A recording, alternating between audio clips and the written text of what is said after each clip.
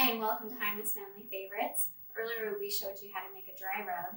Today I have a very special guest. This is my husband Rich, and he is our barbecue master, the grill master, and he's going to show us how to make a smoked brisket.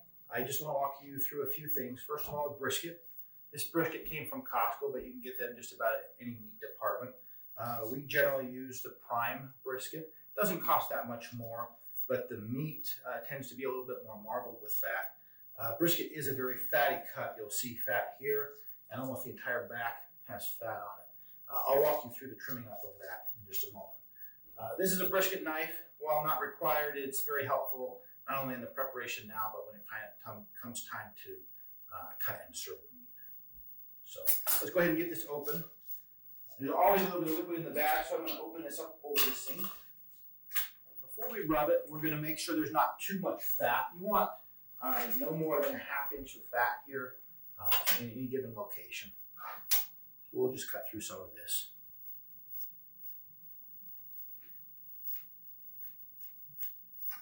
And sometimes we save this extra cut of fat here and use it as grind when we make burger. It adds a phenomenal flavor to the burger, so we'll probably use that in another episode. That can be frozen, but I wouldn't freeze it for more than a few months, as fat tends to go rancid in the freezer over time. My goal is not to necessarily get all the way to the meat. I want to leave some fat here, but I also want the seasoning to be able to penetrate to the meat. So we'll just trim this up a little bit. You can do more or less based on how much you can tolerate that fat and how much you like it versus how much you don't like it.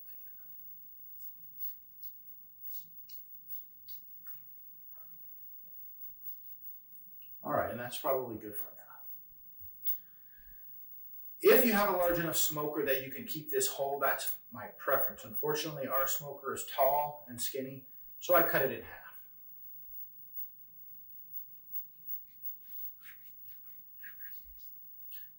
The thicker end is the cap or the end, and that's much fattier. And this is the flat. This part will be sliced, and this part will be either shredded or cubed. So once we have it in the piece that's appropriate to go into the smoker, and I set this fat aside, we're going to use this seasoning to completely coat it. Really, 2 rules of thumb here. If you've got an entire brisket, 1 recipe should coat 1 brisket. The other rule of thumb is if you can get it to stick, it's not too much. So as much as will stick is the appropriate amount here. Did you want to put some oil on there first? I do, yes. So I tend to forget that more often than not. And that's not a big deal. It's sort of an optional step. It'll allow it to stick just a little bit better and add a little bit of additional fat there.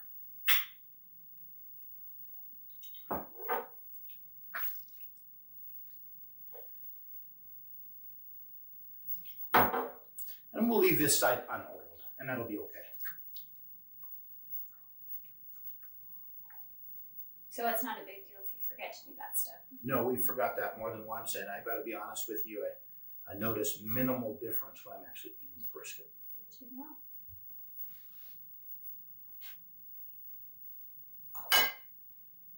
And the reason why I cut it first is so that I can season all of these edges.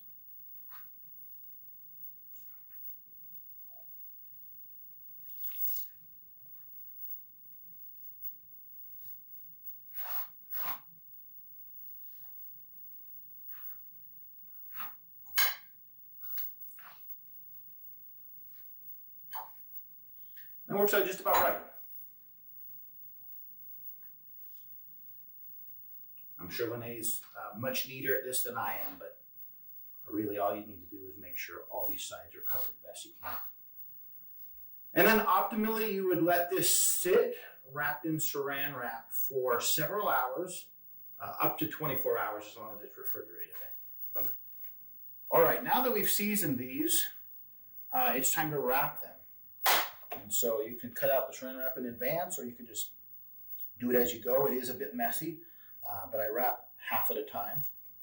I find it a little easier to set the meat onto the saran wrap instead of the other way around. And I do at least 2 layers and sometimes 3 because those corners tend to poke out. But the idea being those juices stay next to the seasoning, and that allows that flavor to be distributed into the meat rather than just running off onto the pan.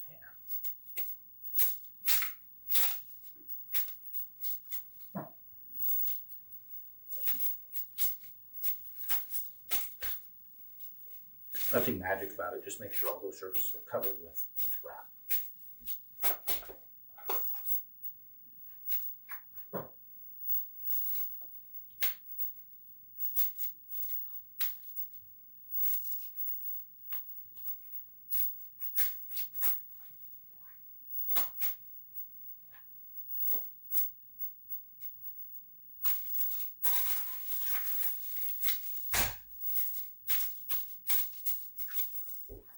Once they're time to go in the smoker, you place them in the smoker unwrapped initially at about 170 degrees. We usually do this overnight.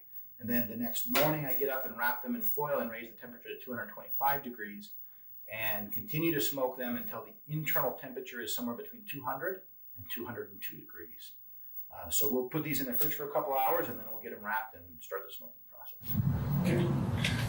Okay, so our brisket has been seasoned and has been resting for several hours. It's just about time to bring it out, but before we do so, I want to introduce you to the smoker and actually the options that we have. This is a refrigerator style smoker.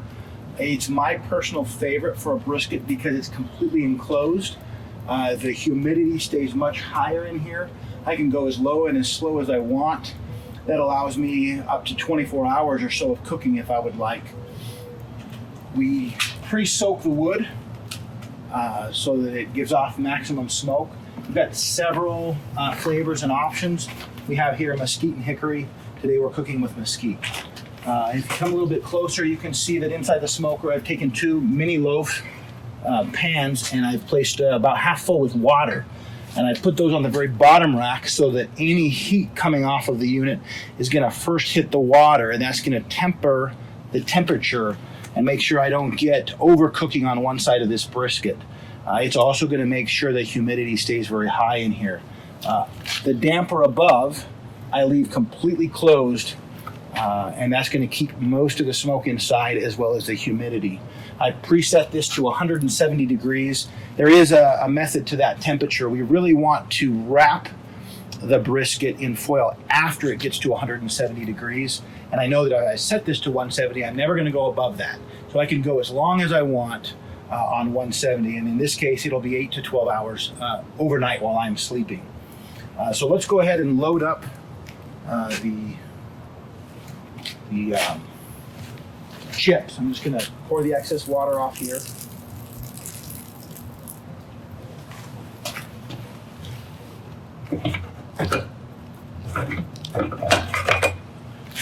And place them in the tray.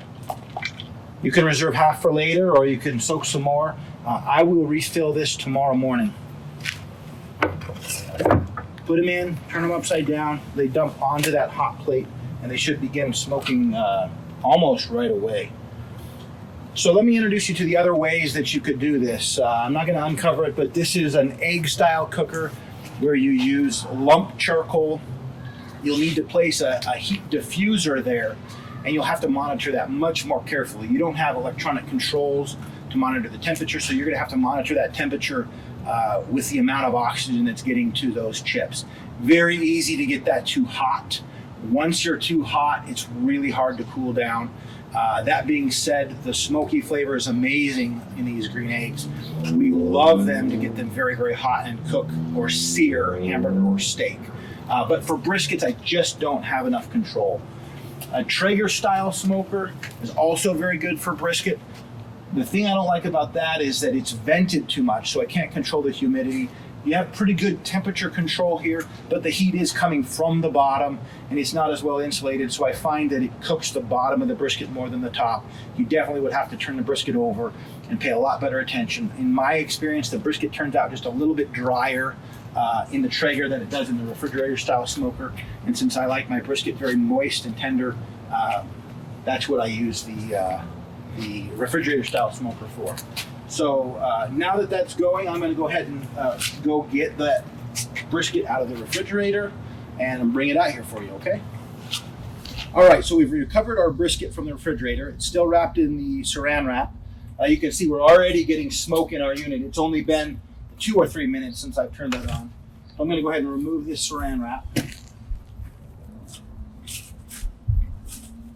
There's nothing neat about smoking. It's all going to be a bit messy. So just be prepared to wash your hands and your clothes. Now I noticed that the inside of that smoker looked really dirty when you were showing us the inside. Is that something that you would clean or what? Yeah, so this smoker actually, while it appears to be dirty, we've wiped it down. It does need to be, it's essentially seasoning. That smoke and the fat that comes off will coat those edges. We've actually done a pretty good job of getting that off. If you clean that too much, you're going to have to season it again. So this is about right, actually, for what you would want that smoker to be.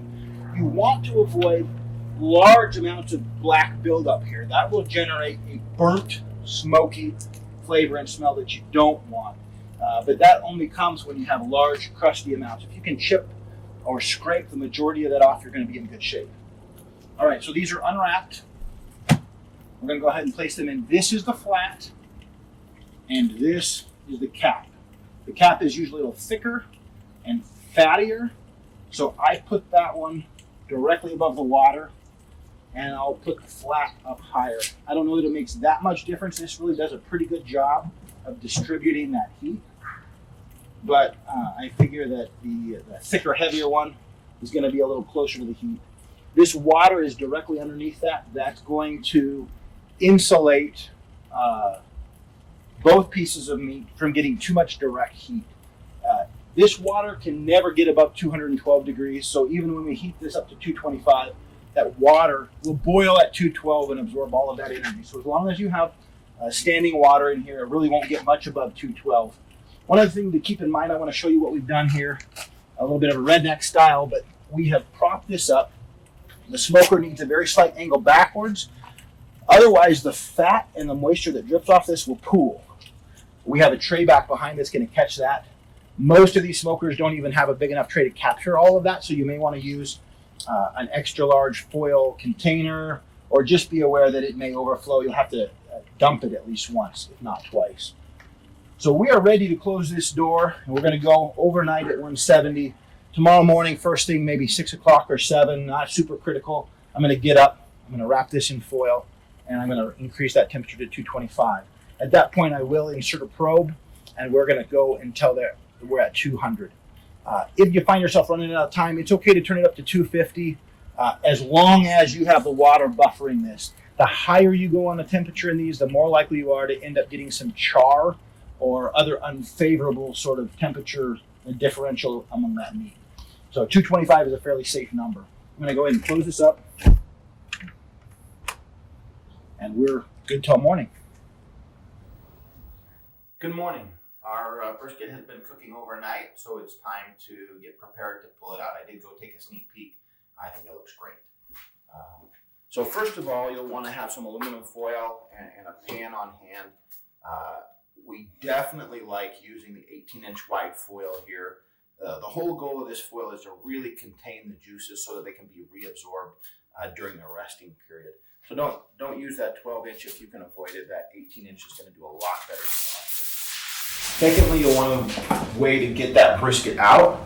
So these silicone gloves are a handy way to do so. I would recommend avoiding using anything sharp that's going to puncture the meat. That's just going to allow more juices to drain out and the meat's going to be drier. So we'll use these when we get them out. Once we wrap it, we're going to have to put it back in with a thermometer. There's really several options here. The most basic option would be just a thermometer with a wired attachment. You're going to have to go out to your smoker and continually check on the temperature. A little bit more advanced option here is this ThermPro. This has a wireless transmitter, so that I'll leave this out on the smoker, but I'll be able to leave this inside. So this meter probe uses a Bluetooth adapter, so the combination of this rechargeable probe and my cell phone is all I need to be able to have the temperature right in my pocket. Okay, I think we're ready to go outside and get the brisket. Okay, so we're back inside with the brisket. I really wish we could transmit smells through the camera. Maybe someday that technology will be possible, but it smells beautiful, looks beautiful. We are right on track here. I'm simply going to place each portion of meat on top of the pre-cut foil and double wrap it. The whole goal is to create a tray that holds the knife to it. So you'll notice that all of the folds are being pulled upward. And that's going to create a foil tray. 90-degree turn, repeat the process. This will reduce evaporation, help keep the heat in, and that will allow that internal temperature to rise to 200 degrees. If you didn't wrap it, you would have a very difficult time getting that meat to reach that magical 200-degree mark. And that is necessary for complete collagen breakdown.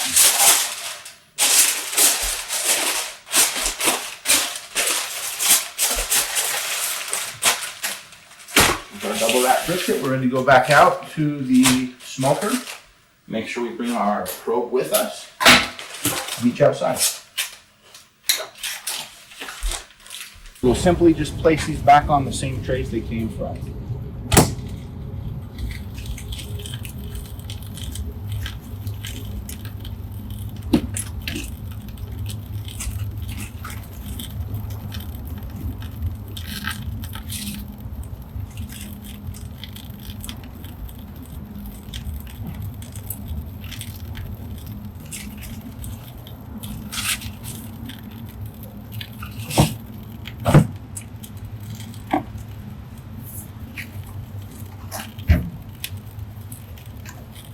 Our temperature probe will go in the thicker piece of meat, which is on the bottom.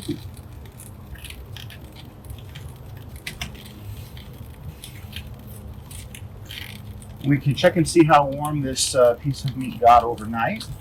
My guess is it's going to be somewhere around 160, probably 10 to 15 degrees lower than the set temperature. I'm going to go ahead and close this up. And we'll be set. This is 225. Probably going to take about 4 more hours, maybe a little bit longer.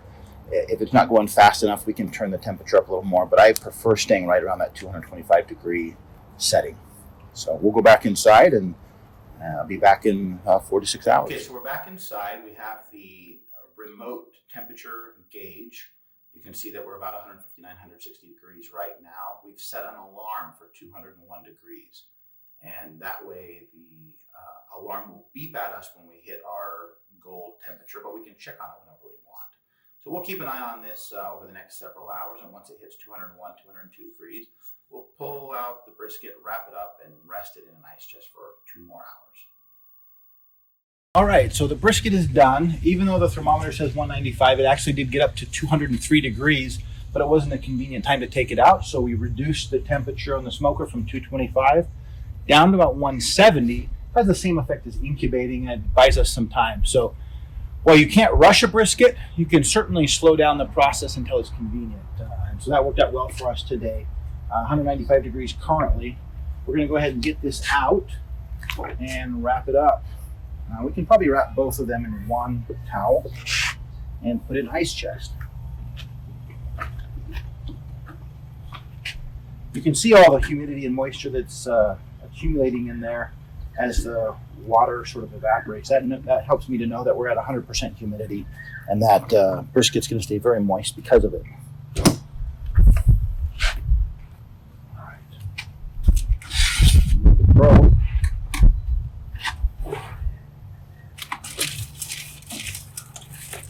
That's the flat.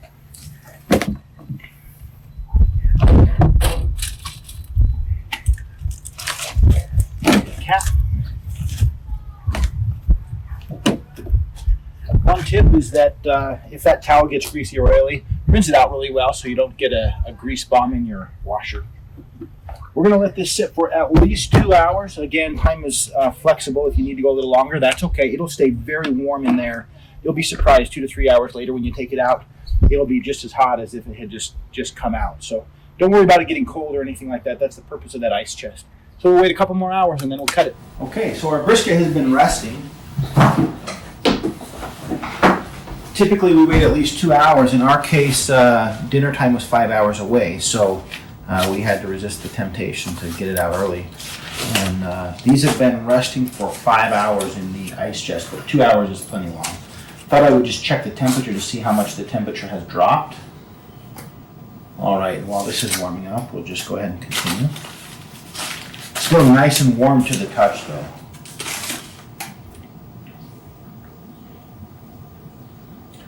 Looks like it's still about 138 degrees, so definitely plenty warm to enjoy.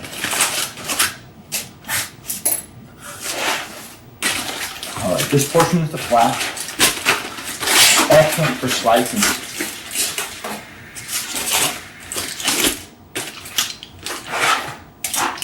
And you can see there's a little bit of moisture still left behind, but much of that moisture has been reabsorbed in that brisket. And it is so tender that you almost have to be careful that it doesn't fall apart.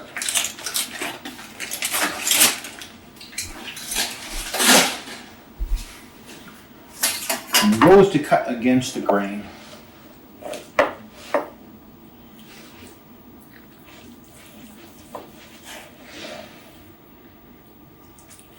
And a brisket knife is ideal for slicing here. You can see that very well. Sure looks yummy. It smells yummy too.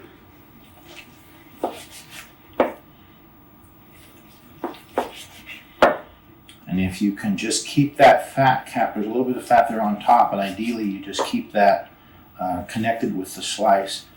But the collagen has broken down very nicely, and it's more like gelatin now. This is extremely tender, very flavorful.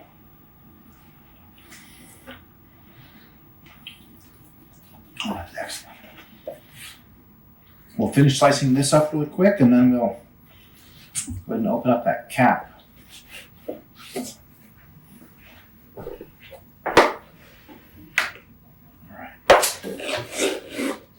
Put that on if you'd like.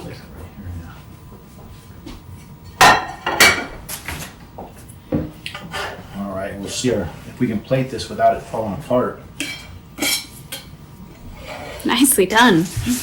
And now for the cap.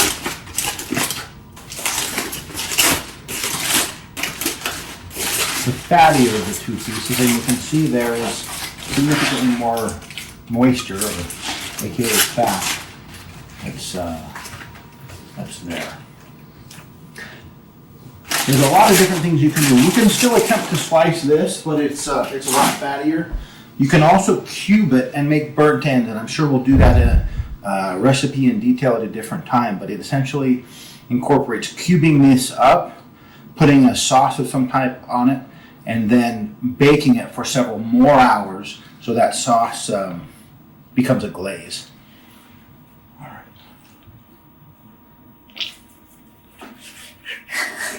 But you can see how much more fat is here.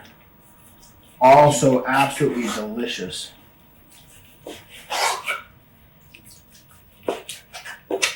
All right, and the other half I'm just going to go ahead and shred. And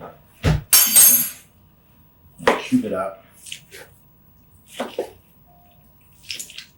It's just absolutely wonderful here.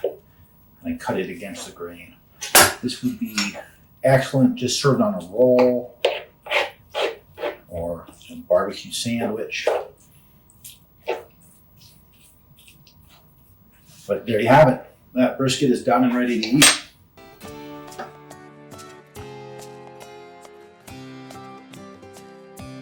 For more delicious recipes, check out our website at HighnessFamilyFavorites.com or subscribe to our YouTube channel and never miss another recipe.